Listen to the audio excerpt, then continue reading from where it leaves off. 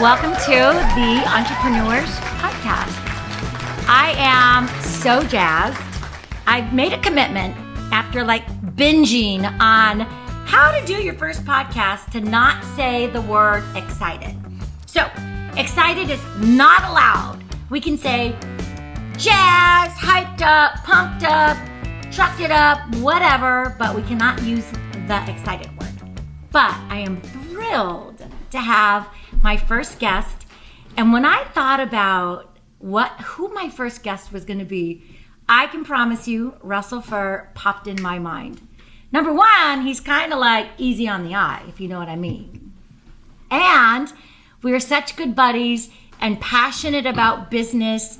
And I kind of think we've gotten, we've learned to we've grown together. And I'm super jazzed about your business, and we've supported each other. And I was just thrilled to have you as my first guest. Well, that's amazing. Thank you for having me, and I'm equally as thrilled to be here, so thank you. That's good. So I want Russell to be the one to say a little bit about hey, what business do you own? We're going to get into the journey and the stories and how he got from, I'm going to say, zero to hero.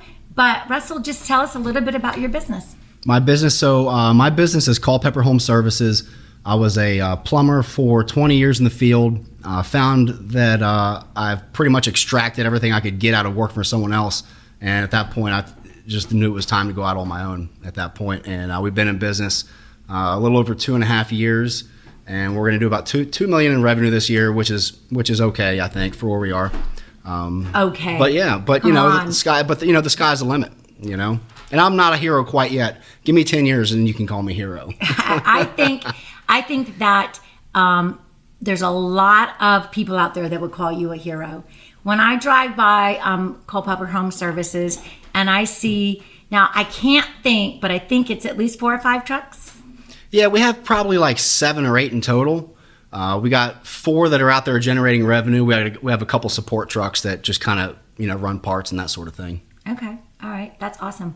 So one of the things I want to do is kind of where I am with when I am working with startups and when I'm working with new mentees is idealization to realization. So how did it look when you describe what it was your day that said, I'm actually done. I think I'm going to be quitting and I know what I want to do. Describe that.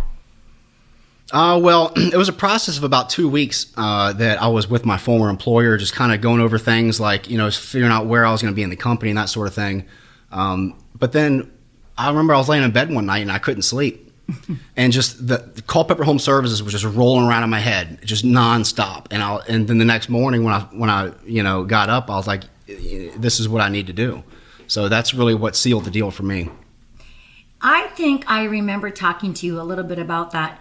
And it was interesting because I know you're big into leadership. And for you loved what you did, but there was no growth, right? Am I right? Mm-hmm. And so from that, you thought, well, you know what? I can't grow with you. I'm going to grow with myself then. This is what I'm going to do. Yep. So I had grown as far as I could grow within an organization, within someone else's organization. Right. And I didn't want to go from that organization to another organization, have to start off from the bottom again, because I was at the point in my career where it's what's next? What am I doing next? I've been doing this for 20 years.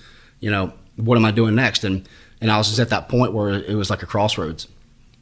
That's interesting. And I think a lot of people do get there, especially now we've got COVID and, you've got people that are like, hey, I'm actually kind of tired of being laid off, where they perhaps were corporate. And now what am I going to do so that this doesn't happen to me again? I've never been able to do something that I'm not passionate about. So when it was easy for you to think about as a plumber's helper, how did you decide you wanted to then build your company? What kind of company culture, what kind of company did you want to start with, and how did you start with that process? Well, basically, any entrepreneur, you need to begin your journey with the end in mind. So you have to visualize what the end looks like, and then you have to build your then you just reverse engineer and build it along the way. So now I'm just on the journey, so you begin with the end in mind, and then, and what that looks like is just a huge company. I call it a mega company, and you can't have a successful mega company without a great culture, and a great culture requires a great leader, and you have to know how to motivate people. And my former employer was a really great mentor to me, and that's really what I want to do for my people. So I want to be a great mentor and a great leader, and help them navigate life and avoid the kind of pitfalls that I fell into along the way. Oh, don't we know about pitfalls? And I think you picked it right on the nose, as like where a mentor goes. And so many companies forget about that part,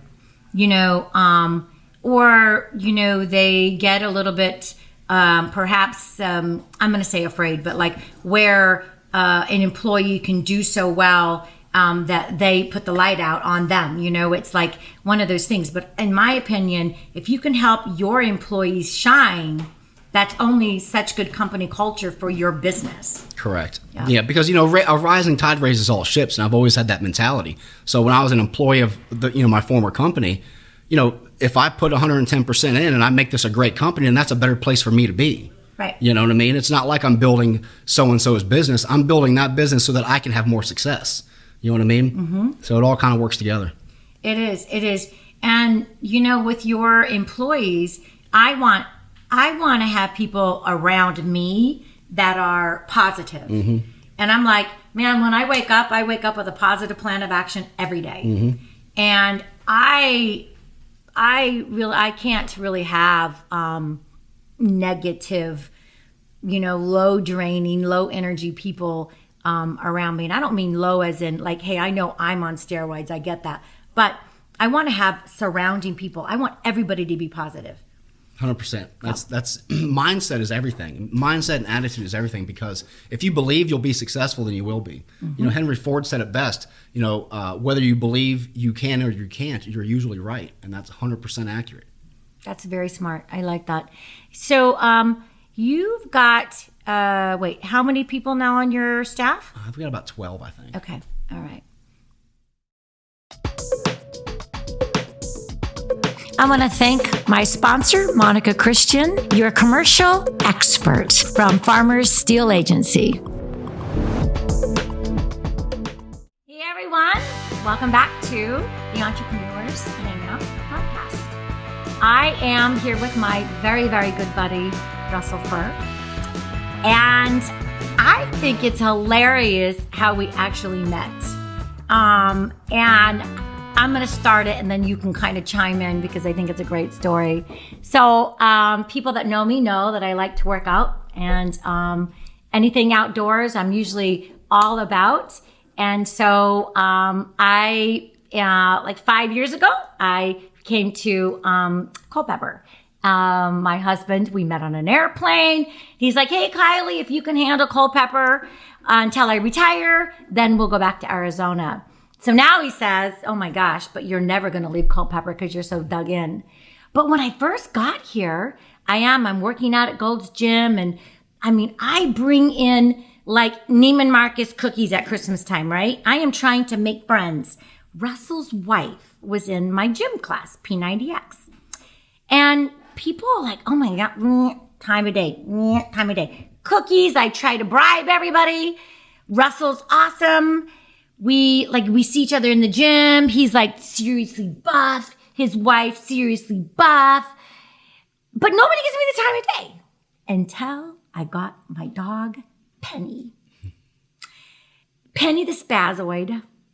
And I get to the dog park. And you have who at the dog park? So I had Zane, my German short-haired pointer.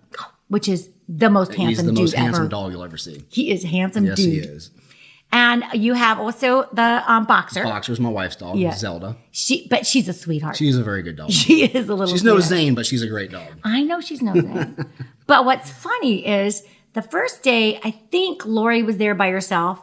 And like finally then we start talking, because now I got a dog. I'm like, I'm in on the in crowd. I got a dog.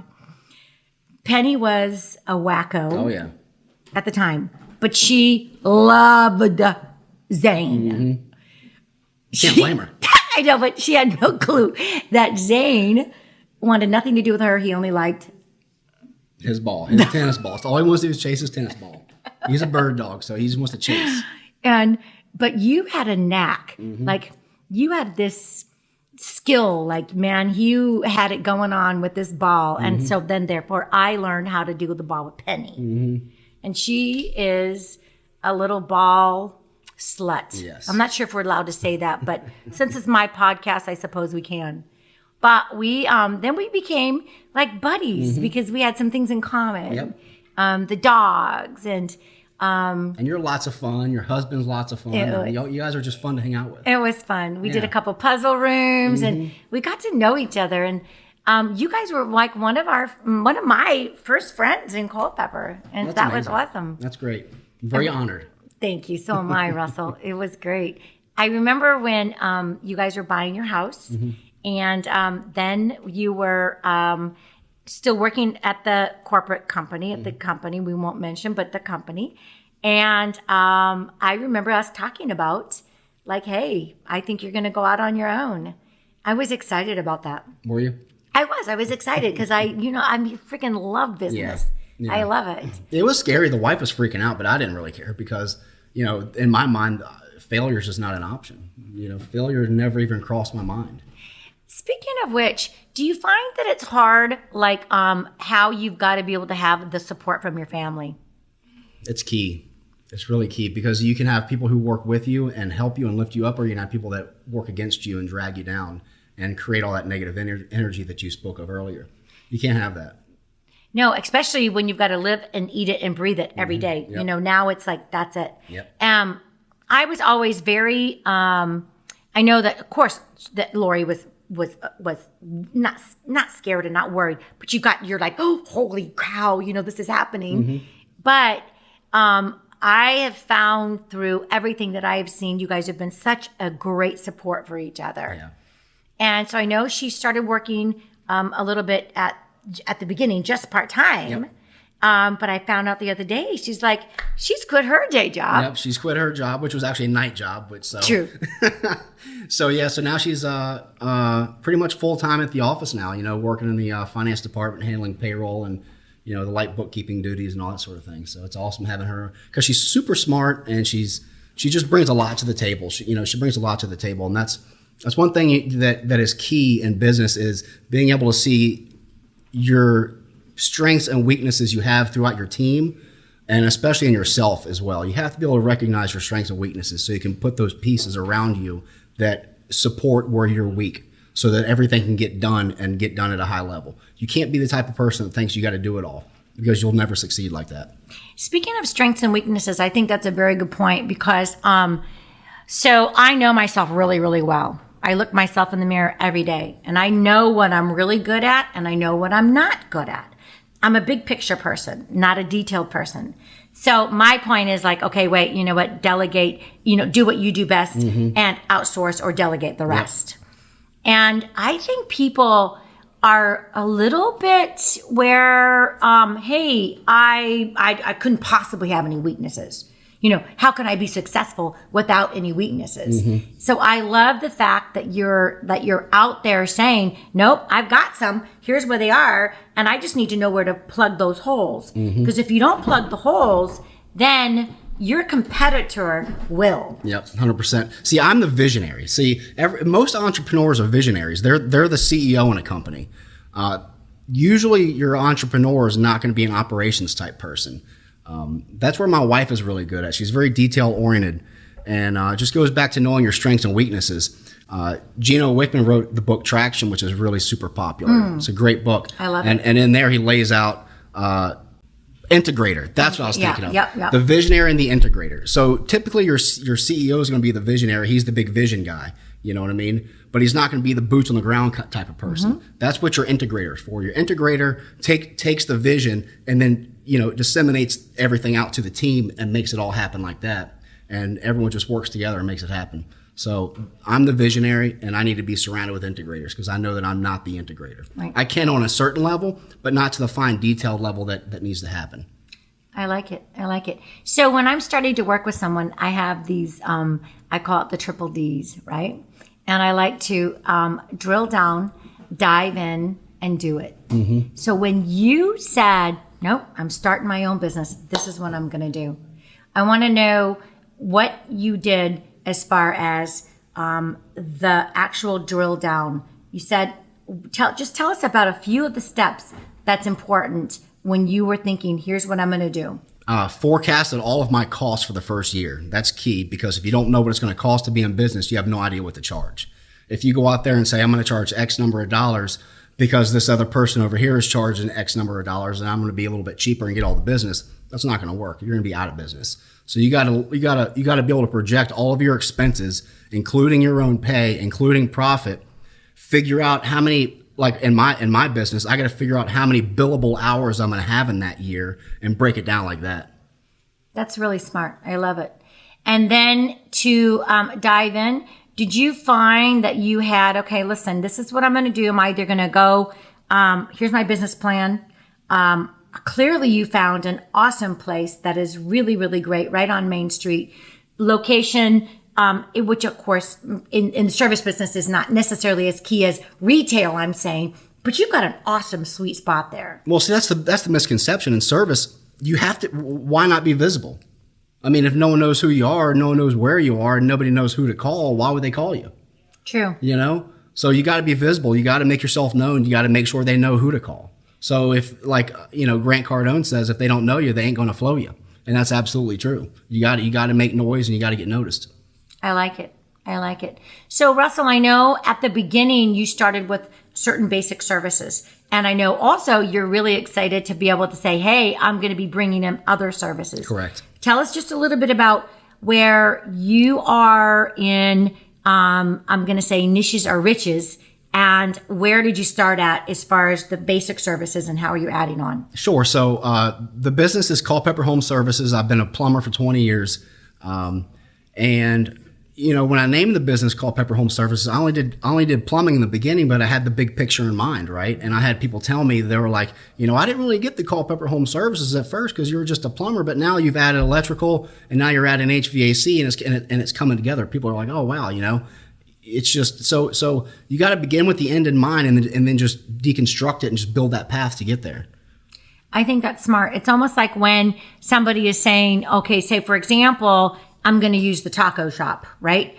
Okay, but if you start doing enchiladas, well, then you've gotten down to maybe Latino cuisine. Correct. Instead of something like that. And your focus is off of your tacos, which is what you're great at. Then you go into enchiladas, and now you're all over the place, and your margins are in the crapper, and you don't know why you're losing money.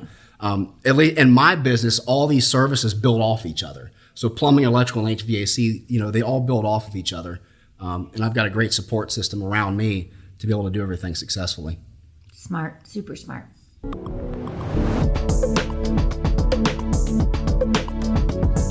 Thank you, Russell Furr from Culpeper Home Services, where experience counts. Hey everyone, welcome back. I kind of think that we've got the perfect ending to our episode. So when I was reaching out to Russell, I asked him, hey, give me something that people might not know about you. And that's kind of a little bit of a cheeky question, but I think it's really real. And I wanted to ask Russell, tell me what you said when I asked you that. What did I say when you asked me that? Well, what I said when you asked me that was that I don't know, people probably wouldn't believe it, but in 2013, I was broke living in my mom's basement. So that was a really tough time in my life. I was going through divorce, and, I didn't come from money. My dad's a diesel mechanic, so, he's a blue-collar worker.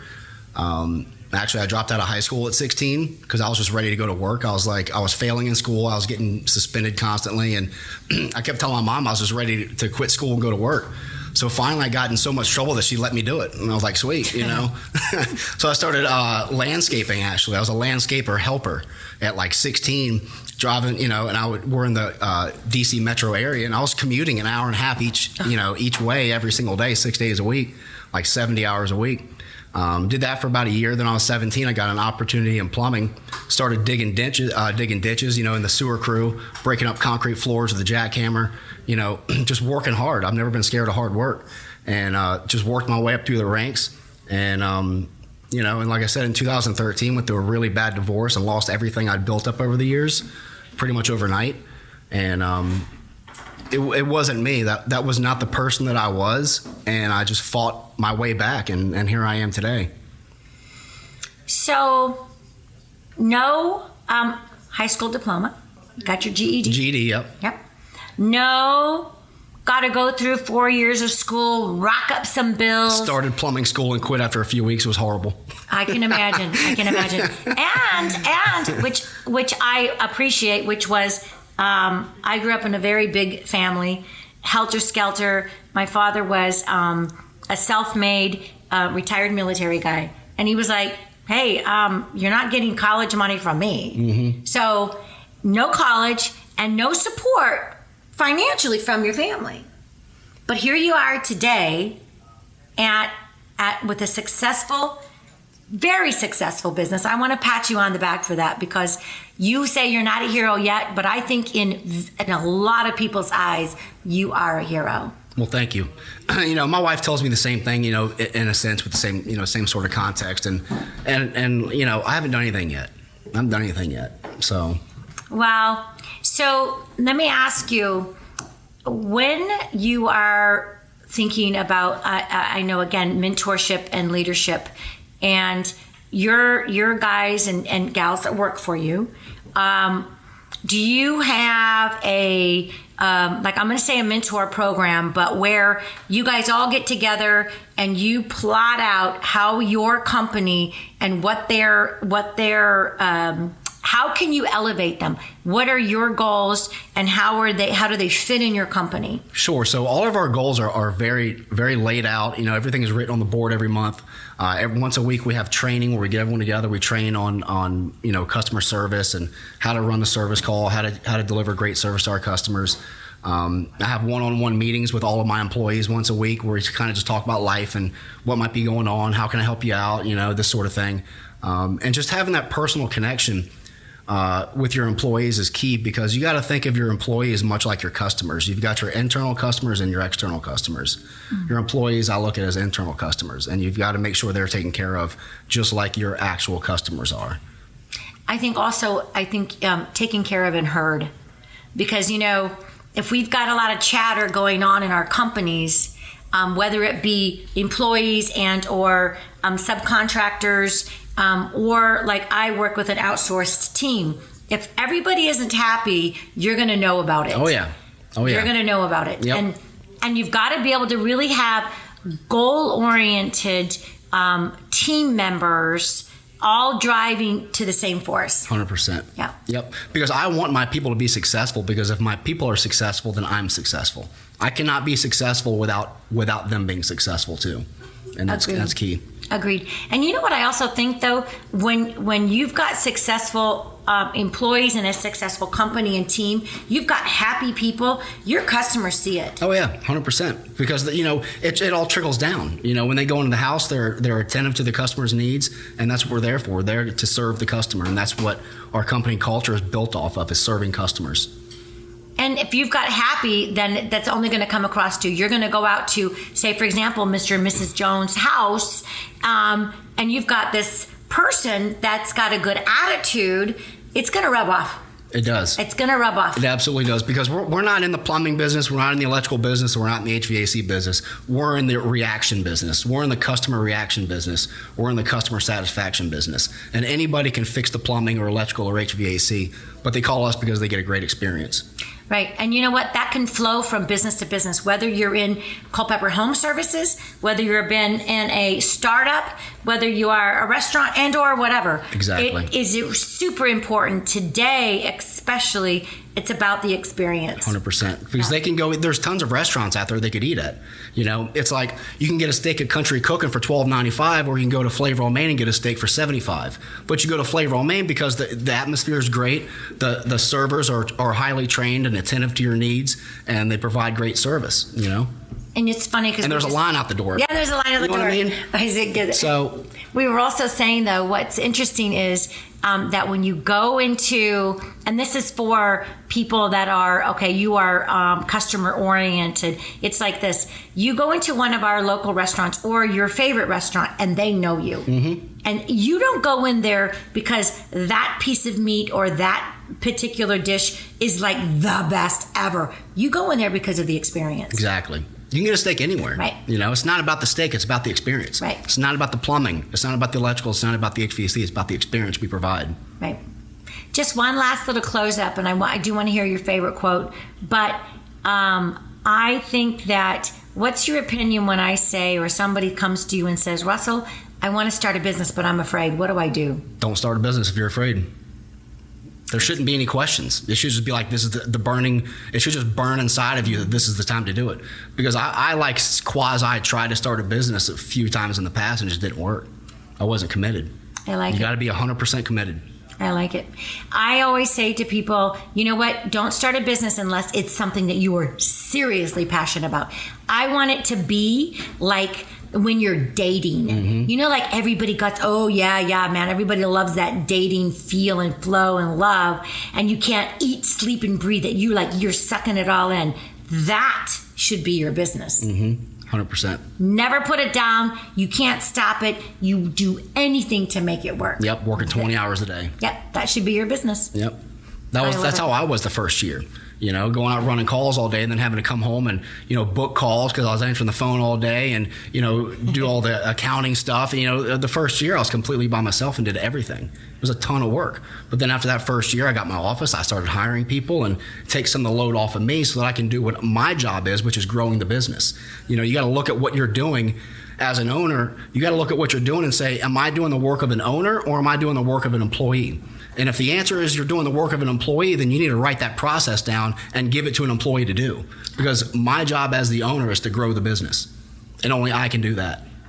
I agree. I cannot agree more. Sometimes people just spend so much time in the muddle of things, and trust it and let it go, man. Yeah. You'll grow it. You will grow it. Yep. And you brought up the quotes. A really great quote I read recently. I might butcher it. I've only read it a few times, but it's from Ashton Kutcher.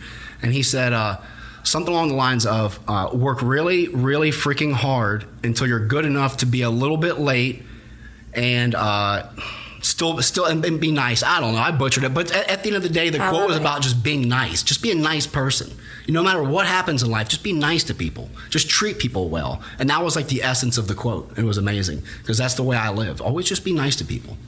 I love it. Yeah. You are my best buddy. You are awesome. You're awesome. Thank you. And I was, like I said, I was so happy to have you as my first guest. Awesome. Because I just am, I just want you to do so well. Thank you. I appreciate it, Kylie. Thank you. Yep. Awesome. Thanks for having me. I love it. I love it. And good wine, too. It's like, all right. Love it. That's cool. Can I be on number 2 also? Absolutely. Hey, everyone. Thanks for watching. This really, really makes me so happy. I'm excited to wait, I cannot say excited, so skip it. I am thrilled to have you back again. And I've thought about this. I'm not going to do season 1 or 2 or 3. I'm just going to label them 1, 2, 3, all the way down to 599 because it's going to be a lot of fun to grow this. But I cannot do it without you. So thank you.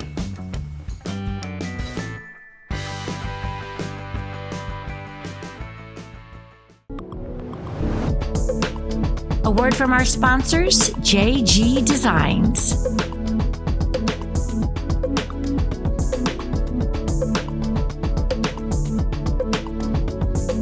We are JGdesign, the proud producers of Entrepreneurs Hangout with Kiley Doll. We are a company that specializes in video and audio production that will elevate your business and add value to your brand. Find us at jgdesignonline.com for more information.